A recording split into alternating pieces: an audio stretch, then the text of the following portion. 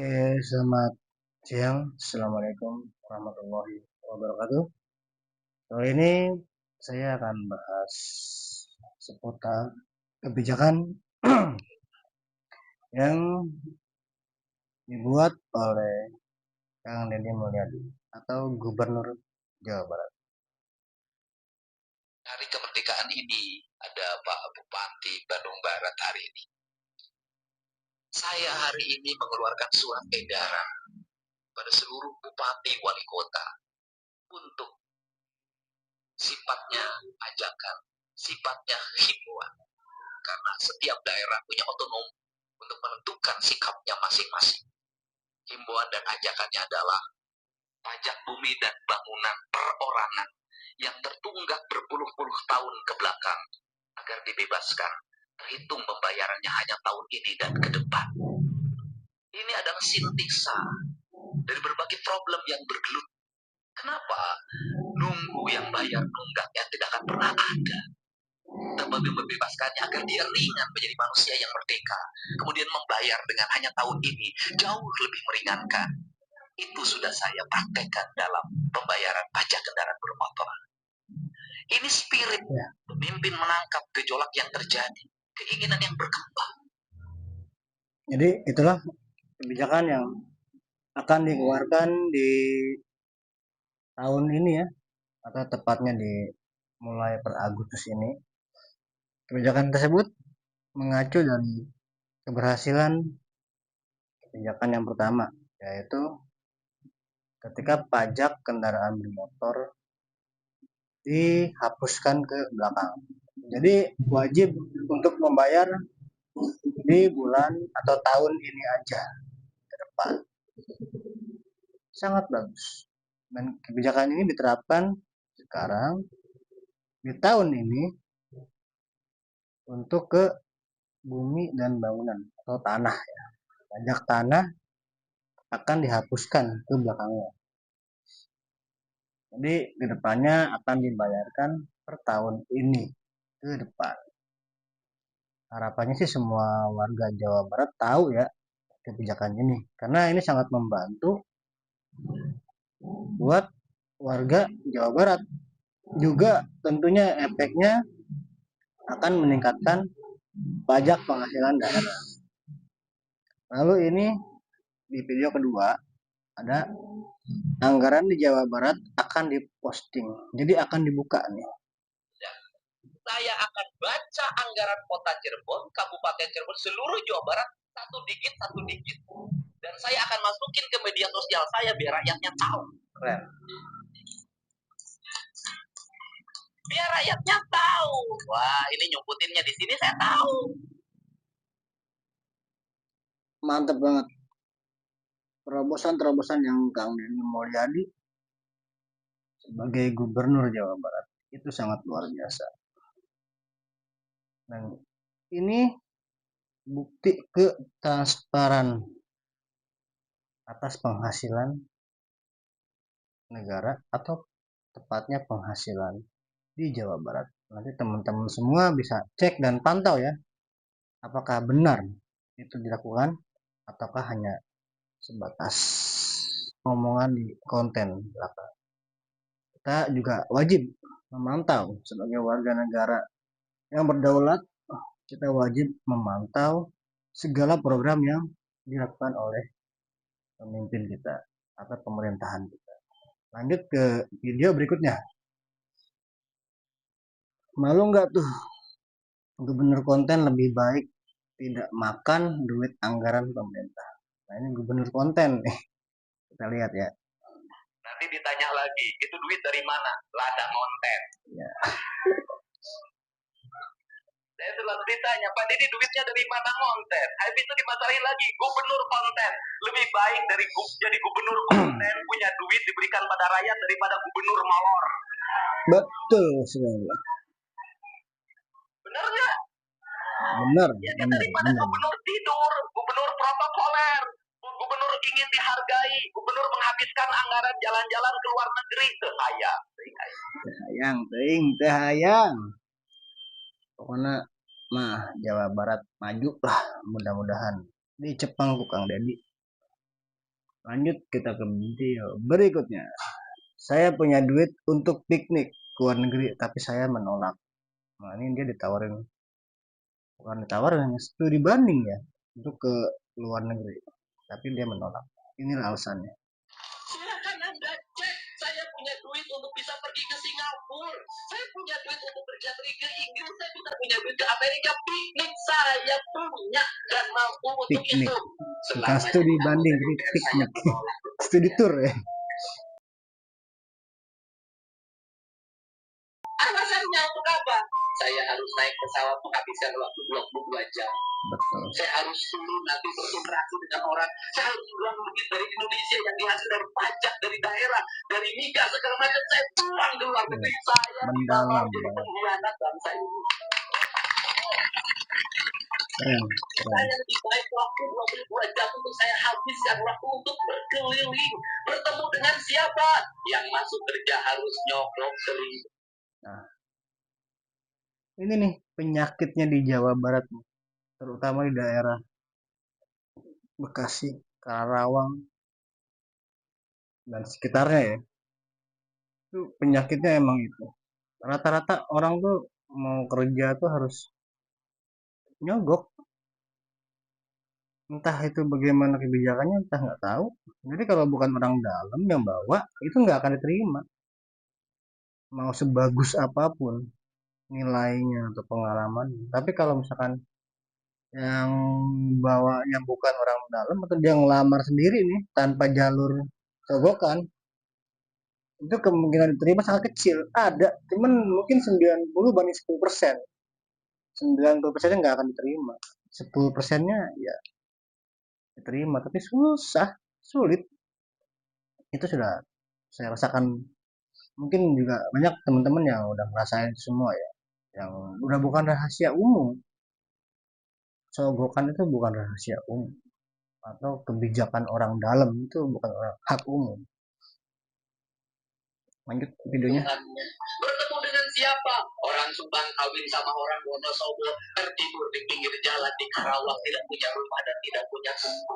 Bertemu dengan siapa?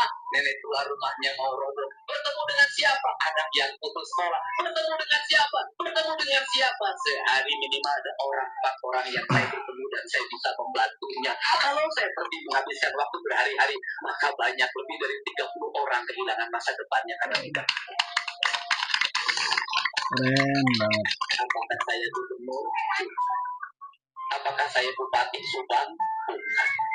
Saya pengangguran biasa yang tiap hari berusaha. Tetap merendah ya. Saya ini prihat. Anggaran Provinsi Jawa Barat puluhan triliun. Anggaran kabupaten triliunan. Sebagai gubernur, bahkan sebagai bupati, malah dia nggak ngerasa dia punya jabatan. Karena semuanya itu titipan dari Yang Maha Kuasa untuk dia. Jadi dia lebih merasa ya dia itu adalah warga biasa seperti kita semua.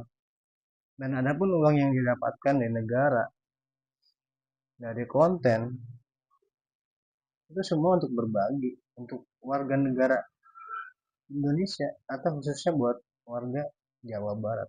Ini sangat susah nyari pemimpin yang kayak gini. Bisa dibilang suci. Aduh, luar biasa lah Kang Deddy. Lanjut kita video berikutnya nih. Ini dia lagi diskusi sama anak STM nih.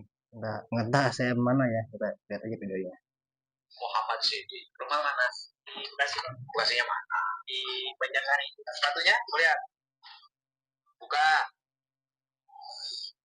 Woi. Bapaknya kerja apa? Kerja kayak serabutan aja. Oh, serabutan. Kadang-kadang nyambut apa? Nyambut rumput di belakang rumah. Oh, terus nyambut apa lagi? Tetap humoris ya. Sepatunya udah sobek-sobek. Masih bagus, Pak. Hebat, keren. Cocok nih ketemu Kang Deddy. Sepatunya udah sobek-sobek, dia bilang masih bagus. Ini laki-laki sejati. Kalau pilih suami kayak gitu. Promosiin aja kan. Dia tidak merasa minder, dia tidak merasa gengsi, dan dia tidak merasa rendah. Ini sekolah buka berapa sehari? Kadang 20, kadang 15, kadang 10. Emang sekolah harus bekal terus setiap hari? Ya karena jauh pak, buat beli bensin tadinya. Emang bensin minum? Oh pakai motor sekolahnya? Iya. Kenapa sih pakai motor? Jauh pak. Udah 17 tahun belum? Udah mulai 19. Oh boleh. Kayak mau dimarahin. Iya. Enggak, udah punya tapi lagi digadein. Motornya kenapa digadein? Karena emang lagi ekonominya lagi, kamu kayak pengamat aja, ekonomi lagi lesu. Iya. Pengamat muda. Iya. Ya kenapa ekonominya lagi kurang baik aja? Akibat apa itu ekonomi sampai kurang baik? Dikasih takdirnya nih. Oh dikasih takdir. Semua takdir. Udah. Yang paling islami yaitu sudah takdirnya udah selesai. Nggak ada lagi. Ya nggak ada. Udah. Kalau udah jawabnya takdir, ya udah mentok. Takdir. Nah, udah. No debat, no protes, takdir. Titik udah. Nggak bisa dirubah takdir kok. Polos banget jawabannya ya. Luar biasa ini. Makanya kalian ini seneng banget nih sama dia nih diskusinya nih. Kita lihat ya bagaimana kelucuannya nanti atau juga keharuannya. Jawaban berikutnya. Nah, emang bapaknya kerjaannya lagi susah. Ya.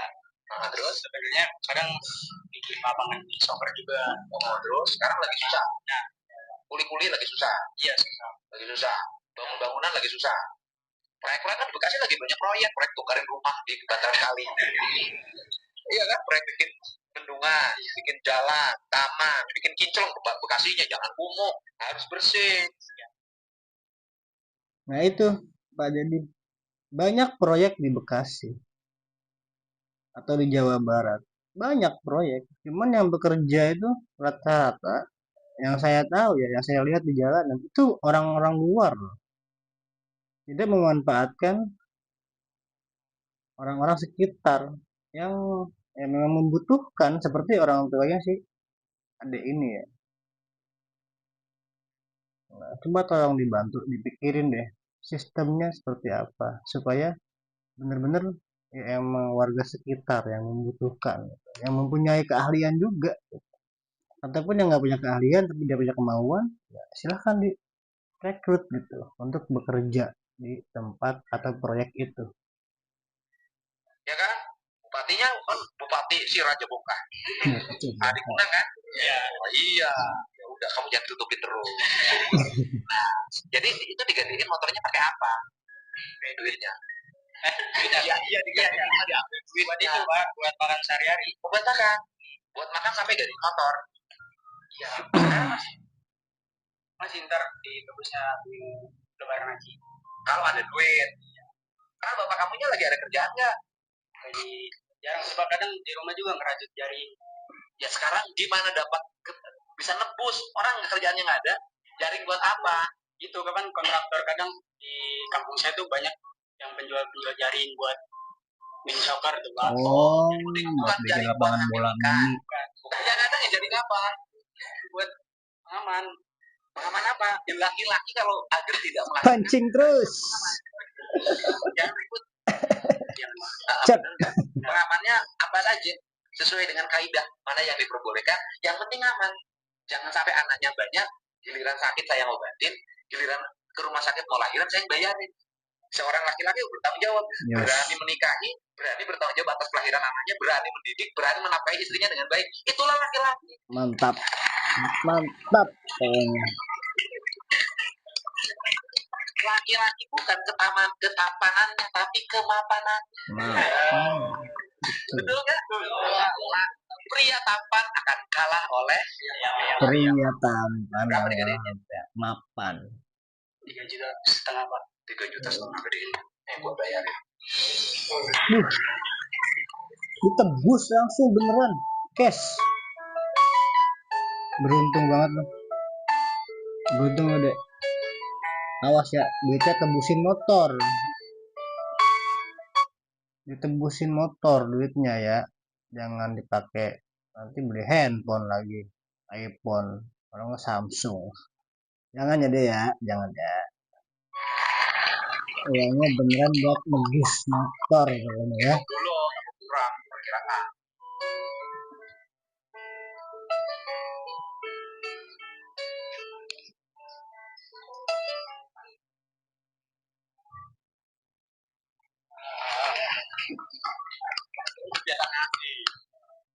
Iya. Pas, Jadi motor, tebus, ya. Pulang ke rumah langsung nangis. nangis mau ketawa. Nanti bimbing adikmu punya adik. Oh, kamu punya anak satu. Enggak. Ya, boleh. Kamu anak satu-satu, kamu punya anak satu-satu ya. Bawa saya. Bapakmu nggak pernah Bingung kan jawabnya? Ya anak satu tuh kan, anak satu aja repotnya luar biasa. Nah, boleh, yuk semangat. Semangat. Oke, yes, terima kasih ya. Itulah cuplikan-cuplikan dari kontennya Kang Deddy Mulyadi yang nggak mau dibilang sebagai mantan bupati ataupun gubernur Jawa Barat sekarang. Dia masih ingin seperti kita, rakyat biasa. Cuman dia dapat mandat dari negara, dari rakyat untuk memajukan Jawa Barat. Yang mudah-mudahan dia bisa memajukan dari mulai Jawa Barat sampai ke Indonesia nanti ke depan. Kita doakan saja Kang Deddy Mulyadi, semoga kontennya terus ramai dan saya sebagai konten kecil ya semoga terangkatlah dengan adanya Kang Deddy ini. Syukur-syukur tadi ada waktu kesempatan kita bisa bertemu. Wah, itu harapan sangat luar biasa itu. Oke, terima kasih yang udah nonton. Jangan lupa di like, komen yang positif, dan jika ingin menonton video saya berikutnya dan nggak mau ketinggalan, jangan lupa di subscribe video channel saya. Terima kasih banyak atas waktu dan pantauannya. Salam sejahtera, dirgahayu Indonesia. Assalamualaikum warahmatullahi wabarakatuh.